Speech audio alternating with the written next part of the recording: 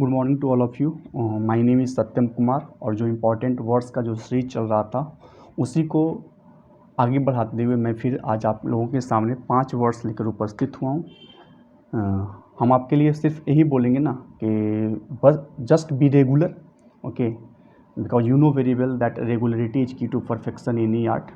हम लोग को अगर किसी भी चीज़ फील्ड में, ओके, किसी भी आर्ट में अगर निपुण होना है, ओके, परफेक्ट होना है, तो we will have to regular, क्योंकि रेगुलरिटी जो है ना उसी का बेसिक्स है। हम लोग को बेसिक को फॉलो करना पड़ेगा।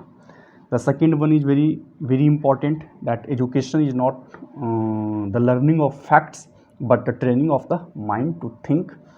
We should not always be factuals, okay, but we should train our mind so that our mind can think properly, okay. So have concentration, okay, and we are going to start the from the very first word, and that word is nothing but talisman. That is talisman. And the Hindi word meaning we know very well, that you know ताबीज जिसको बोलते हैं. What? ताबीज. The meaning of talisman is an object, okay, believed to bring good luck and avert evil. Evil means जो बुराई होता है, okay, तो avert means टालना, हटाना, we can see. तो जो गुड लक को लाता हो, ठीक ना, जो फॉर्चून्स को लाता हो, ठीक ना, और जो इविल को, जो बुराई को हटाता हो, एक ऐसा चीज़, ठीक ना. What another words can be used instead of talisman? That's its amulet, its mascot, its totem, its very pet. We know very well that it's noun, okay, it's noun. So the most important thing is that how can we use talisman in a sentence. सबसे important जो है ना मुद्दा ये है कि हम इस talisman को, वर्ड्स को कैसे हम लोग सेंटेंस में यूज कर सकते हैं, एक तावीज कैसे यूज कर सकते हैं. तो हम ये बोलते हैं कि he placed the talisman on the door of his house to bring good fortune. हम लोग दरवाजे पे लटकाते हैं, बुरी नज़र वाले तेरा मुंह काला, ओके. तो this is also a kind of talisman, okay. हम लोग ये दरवाजे पर ये सोच कर लटकाते हैं ना कि जो बुरी नज़र है, ठीक ना, या फिर जो बुराई है, ठीक ना, उसको हमारे घर के अंदर प्रवेश करने से रोकेगा ये, ओके. तो he placed the talisman on the door of his house to bring good fortune. उसने जो टैलिस्मान था, जो ताबीज था, अपने घर के दरवाजे पर लगाया ताकि जो गुड फॉर्चून है, ठीक ना, उसको अंदर ला सके. This is talisman. Moving towards the next word, that is parley, okay, that is parley, okay, parley. First of all, we will have to know that's what it is. What? It is a noun, and as it is noun, okay, we will have to know, you know, the real meaning of parley. Parley means क्या होता है? समझौता, we can say, okay, संधि we can say, okay, means discussion between two opposing groups in which both sides try to come to an agreement, okay. Discussion between two opposing groups, दो opposing groups के बीच जो discussion चलता है और जिसमें दोनों groups ये चाहता है कि कोई एग्रीमेंट हो जाए, ठीक ना, कोई संधि हो जाए, कोई पैक्ट हो जाए, okay. You know we have to know the gist the very essence of the word meaning, only then we can use it deftly, okay, in any competitive exams. So this is the real meaning of parley. And what another words which can be used instead of parley? That is confab. What? That is confab, conference, dialogue, and conclave. Means these are the words which can also be used instead of parley. ये सभी words हम लोग parley के जगह पे use कर सकते हैं. Now the most important thing what I gonna explain, that is how to use Parle in a sentence. जो सबसे इम्पॉर्टेंट बात है वो ये है कि पार्ले को हम लोग सेंटेंस में कैसे यूज कर सकते हैं. Because if you don't know how to use a word in a sentence, okay, there is no meaning, okay, of the very word, okay. हम लोग याद बहुत कर सकते हैं लेकिन जो यूज है ना, that is important. How can be use that word? First of all to use any word in a sentence, we will have to know, okay, the parts of a speech.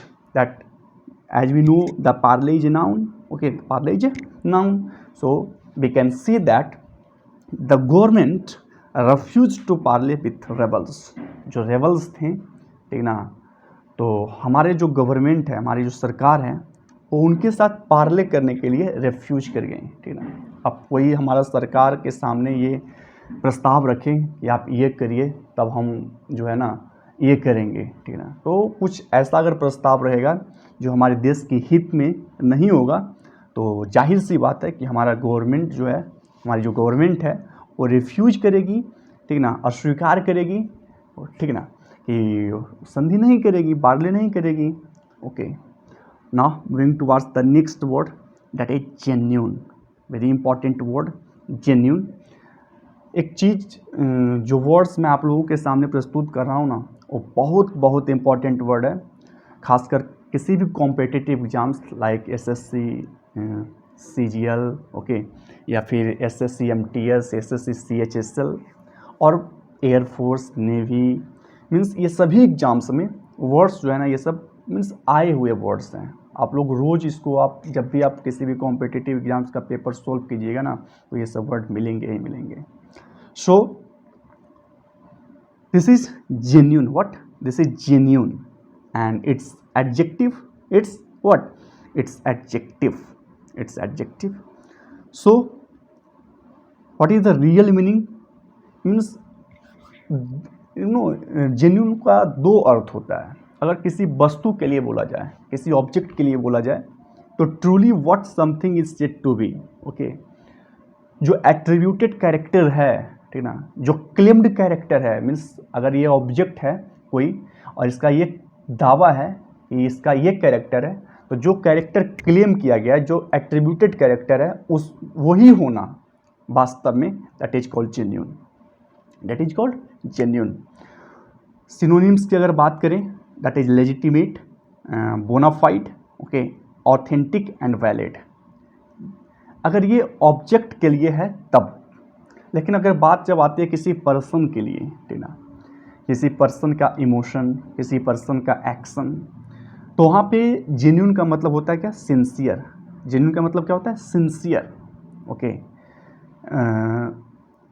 For example, you know, he showed, okay, he showed genuine, he showed genuine character, okay, genuine emotion at that news. Means अगर support that कि कोई news आता है, ठीक ना, दुखद भरी news है, तो उसका जो इमोशन था, उसका जो एक्शन था, तो वह सिंसियर एक्शन दिखाया, जेन्यून इमोशन दिखाया at that sorrowful news, we can say, okay. Now what another words which can be used, that is candid, upfront and straightforward. Candid, upfront and straight forward, we can use instead of what? Sincere or genuine. Now moving towards the next word, which is also very very important for any competitive exam, okay. So yes,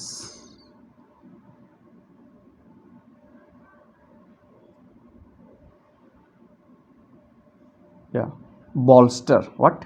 That is bolster. What is the meaning of bolster? First of all, we will have to know that it's a verb, okay. Bolster means, you know, to support something or make something stronger. किसी चीज़ को support करना, okay, और किसी चीज़ को मजबूत बनाना, that is called bolster. That is called bolster, okay. Now it's a verb, it's clear, okay. What can be used, okay, means what another word can be used instead of this very word bolster? So these are the words, that is reinforce, okay, buttress, uphold, augment, boost and uplift. Means these are the words which can be used instead of bolster, okay, instead of bolster. And for example, okay, example is very important, only then we can know the real meaning of bolster. Okay, his score sorry, here is misprint, his score नहीं, his score. Okay, यहाँ पे his होगा, his score will bolster his confidence, his score will bolster his confidence. Okay, his score will bolster his confidence means वह जो suppose that कि अगर अभी क्या हो रहा है कि कोहली जो है ना वो मैच में बहुत ही प्रदर्शन जो है, बहुत ही बुरा प्रदर्शन हो रहा है उनका, तो अगर कोई मैच होगा एक आख जिसमें वो अच्छा प्रदर्शन करते हैं तो उनका जो स्कोर होगा ना वो बॉल्स्टर करेगा, बढ़ावा देगा, ठीक ना, सपोर्ट करेगा उनके कॉन्फिडेंस को। अगले मैच में जो उनका प्रदर्शन हो तो उस प्रदर्शन में जो इस मैच का जो स्कोर है वह क्या करेगा, सपोर्ट करेगा, that will support, that is called बॉल्स्टर. Okay, and moving toward the next and the last word, that is what, that is mayhem, that is mayhem. Mayhem, it's a noun, it's a noun. Okay, what the real meaning of mayhem is? Okay, situation that is not controlled or ordered. एक ऐसा situation, एक ऐसा परिस्थिति जो control में नहीं हो और न ही ऑर्डर में हो, ठीक ना, ऑर्डर्ड वे में नहीं हो, that is called mayhem. Okay, what in other words which can be used instead of mayhem, that is chaos. Okay, that is bedlam, that is pandemonium, that is turmoil, that is tumult, that is maelstrom, that is havoc. Means these all are the words which can be used instead of mayhem. Mayhem. Okay, now the most important thing, that how can we use mayhem in a sentence? As we know very well that mayhem is a noun. Okay, so a sentence can be, there was a complete mayhem after the explosion. Means अगर कोई जगह है जहाँ पे explosion होता है तो आप खुद सोच कर देखिए, जहाँ पे अगर कहीं पे बमबारी होती है, ठीक ना, तो वहाँ पर किस तरह का तबाही मचता है. तो there was a complete mayhem, ठीक ना, वहाँ पे कंप्लीट तबाही था, ठीक ना, एक्सप्लोजन के बाद. After explosion there was a complete mayhem. So thank you. these all are the words which I explained you, and I think that I'm doing my job properly. If you have any suggestion, you will be warmly welcomed here. Okay, and ये आपका जो suggestion होगा, जो आप जो सुझाव देंगे हमें, वो बहुत ही हमारे लिए कर सकते हैं, हमारी जो कॉन्फिडेंस है उसको बॉल्स्टर करेगा. ओके, उसको सपोर्ट करेगा.